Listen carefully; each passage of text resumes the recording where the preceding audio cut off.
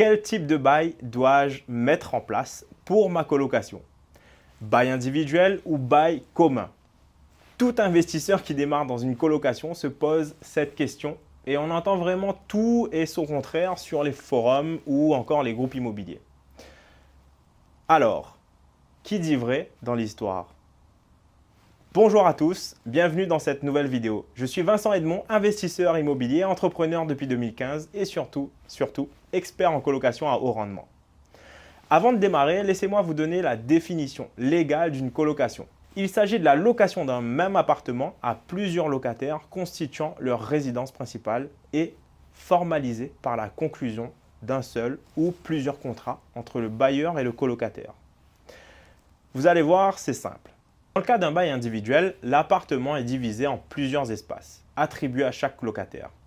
En général, cette division se fait en fonction du nombre de chambres de l'appartement.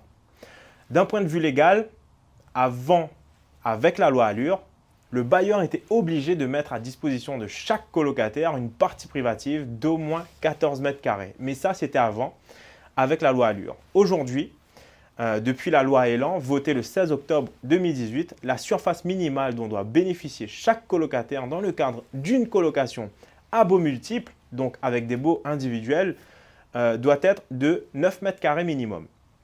Génial, vous allez me dire, mais ne vous emballez pas trop vite les amis, c'est une fausse bonne idée.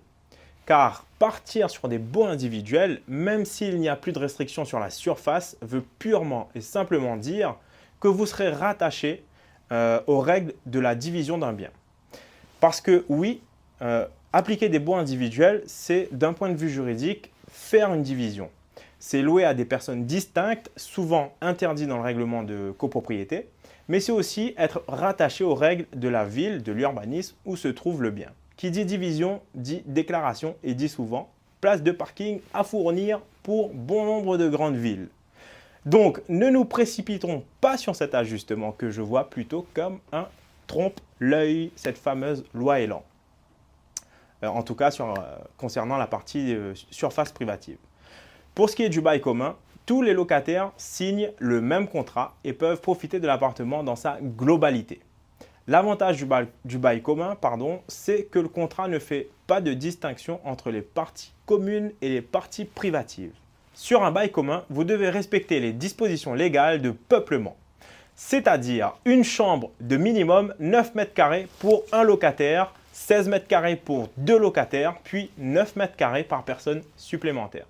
Personnellement, je privilégie le bail commun dans toutes mes colocations. Premièrement, parce que les chambres disponibles sont généralement entre 10 et 13 mètres carrés. Ça, c'était avant, c'était la réflexion que j'avais avant, au moment où on appliquait la loi Allure. Maintenant, avec la loi Elan, c'est différent, mais c'est quand même un élément important puisque quand vous faites une colocation, les chambres, en général, sont importantes de privilégier des chambres confortables de 10 à 13 mètres carrés.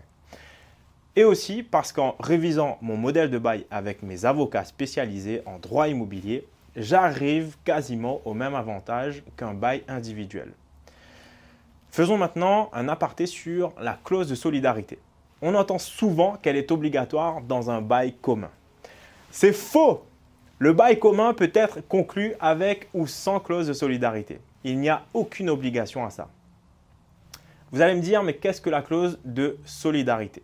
C'est tout simplement une clause qui lie financièrement tous les locataires au contrat et au paiement du loyer au bailleur. On pourrait penser que c'est une bonne chose, qu'elle protège le propriétaire, mais pour moi, c'est vraiment une fausse bonne idée.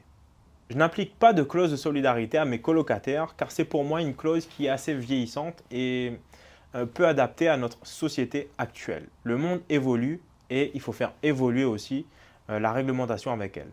Imaginez-vous, vous avez un super profil, toutes les garanties nécessaires et un réel projet. Vous cherchez un logement, une colocation et vous trouvez une superbe chambre, tout équipé en colocation.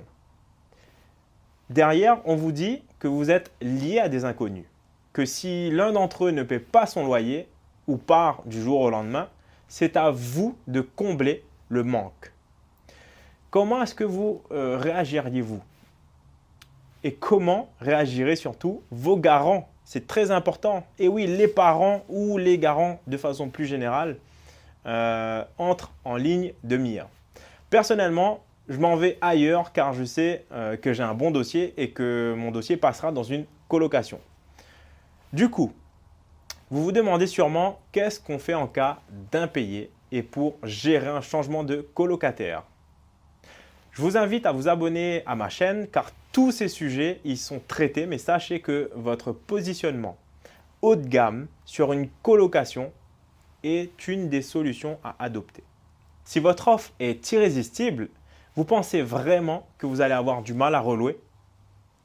Voilà les amis, j'espère que cette vidéo vous a été utile. Je vous invite à mettre un petit like et à partager la vidéo et à y laisser un commentaire juste en dessous. N'hésitez pas à partager avec moi d'autres sujets que vous voudrez que j'aborde et j'y répondrai personnellement, soit dans les commentaires ou soit dans une vidéo dédiée. N'oubliez pas que vous avez en dessous de cette vidéo, dans la description, un cadeau. Je vous offre 1 heure de vidéo pour découvrir comment devenir riche avec l'immobilier.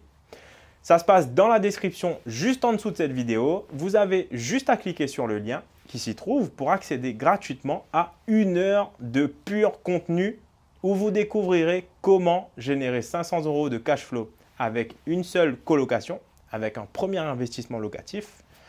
Vous avez bien entendu 500 € net par mois, donc de l'argent de poche pour vous chaque mois, avec une colocation à haut rendement. Vous allez découvrir aussi comment vous lancer, comment partir de zéro sans capital de départ et aussi voir les 10 étapes pour investir de A à Z dans une colocation qui rapporte maintenant et pas dans 20 ans. Je vous laisse découvrir tout ça dans la description juste en dessous. N'hésitez pas à me laisser un commentaire et à liker, à vous abonner à cette chaîne. À vos investissements les amis et à très bientôt pour une prochaine vidéo.